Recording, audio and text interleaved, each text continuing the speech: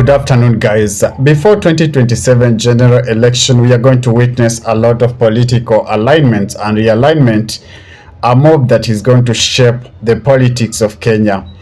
Today in the morning, we woke up some news. There is an allegation, or it's an alleged that one Baba Owino and Ndindi Nyoro have already formed a pact or a political party, and they intend to bring in Maraga, they intend to bring in Akina Kangata, Akina Natembeya, Akina Okia Omtata, and to form a strong force that would face off with President William Samoei Ruto. And as I had said before, that remember, before 2027 there are going to be a lot of alignment and realignment before we step into the general election, because if the allegations are true, then it's going to form, or it's going to shape a different path for the 2027 general election. Remember, recently, a few days ago, one Matiang'i arrived in the country, and he is expected to resign from his job and focus on the 2027, or declare his candidature for 2027 general election. Matiang'i's arrival came with its equal measure of push and pull, and I said in my previous video, I think 3 videos before, that Matiang'i's arrival is going to confuse the politics of the opposition, because in the politics of the opposition they had a particular candidate in mind, and now this sends them back to the drawing board. Remember, Martha Karua has been saying that she's going nowhere. She's neither going to be the deputy, but she has to make sure that she is the president.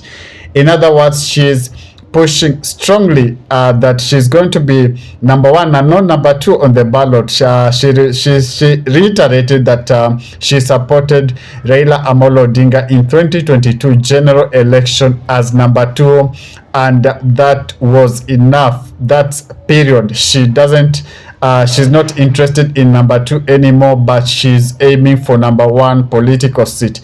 I don't know if she's going to be able to woo the women onto her side, because remember, women are the majority, but when it comes to voting, they don't follow their fellow women. No wonder there is a saying that's saying an enemy of a woman is a woman. In other words, they don't trust a woman to lead, and they subject themselves to the leadership of the man. So that tells you that Martha Karua still has a lot of work to do before she convinces her gender to support her gender. I hope you understood that. And beside that, there is this Matiang'i thing. Matiang'i, remember, it said that it's being rumored he's being fronted by one Uhuru Muigai Kenyatta. It's Uhuru's candidate. And young people are a bit uncomfortable with his candidature. They are calling out a few ills that he did during his tenure as the Interior CS in CAM 2022 there, and they are saying that the guy does not obey court orders, so he's not good at obeying court orders, and they are a bit skeptical with his presidency. That tells you also Matiang'i has some work to do, especially on the part of the young people, because they're the ones that are a bit skeptical with his candidature. Going to the western part of Kenya, there is Natembeya and Akina Eugene Wamalwa, who are trying to package themselves and urging the Westerners to unite and come to the bargaining table as a one team, or as one voice. They say the Mulembe nation has been misused several times because of their political disunity, and this time round they're swearing that they're not going to get it any wrong. They say that they have to make sure that the Mulembe comes on the table as a united force. Ukambani is not leaving Kalonzo Musyoka behind. They are saying that Kalonzo Musyoka has played 3 times second fiddle, and it's time that they push their own ahead. So that tells you that there is a lot of confusion in the politics of the opposition, because they are unable to unite behind one candidate. Maraga, on the other hand, also he is the favorite of the young people, paired with Okia Omtata. They say that these two is it's a clean ticket for them, and they believe, or they are the guys that have good reputation that can spearhead our country in the right direction. So that tells you that the politics of opposition is going to be a little bit difficult, challenging, especially when it comes to uniting. So what's my take? My take in all this is that they should unite behind a candidate that has a clean record. A clean record is what young people are forwarding them, and that's Okiya Omtatah and Maraga. So I think the young people are saying that it's not wrong to work with opposition. What we are only saying is opposition should back our candidate and not the other way around.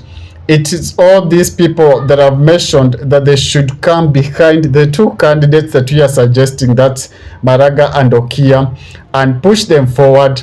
And yes, Machengi is a good guy. He works whatever job he's given, he normally performs it very best. But I think what the youth are saying is that he should work under supervision, or should be given a seat that is under someone to control or to check his excesses. That's the fear of the young people.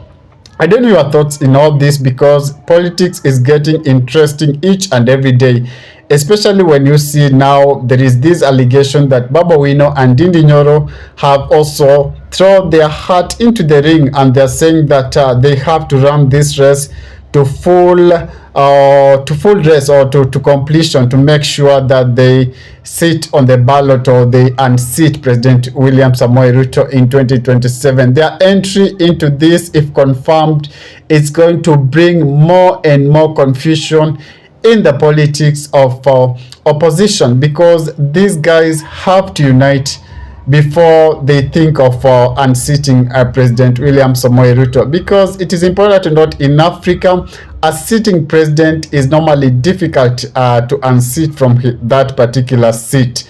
I don't know your thoughts, guys. Let me hear what you think regarding all this political formation. Before you sign out, if it is your first time on my channel, could you kindly just spare a moment of your time and hit that subscription button and put on a notification bell as well, so that when I do subsequent videos, you'll not miss out.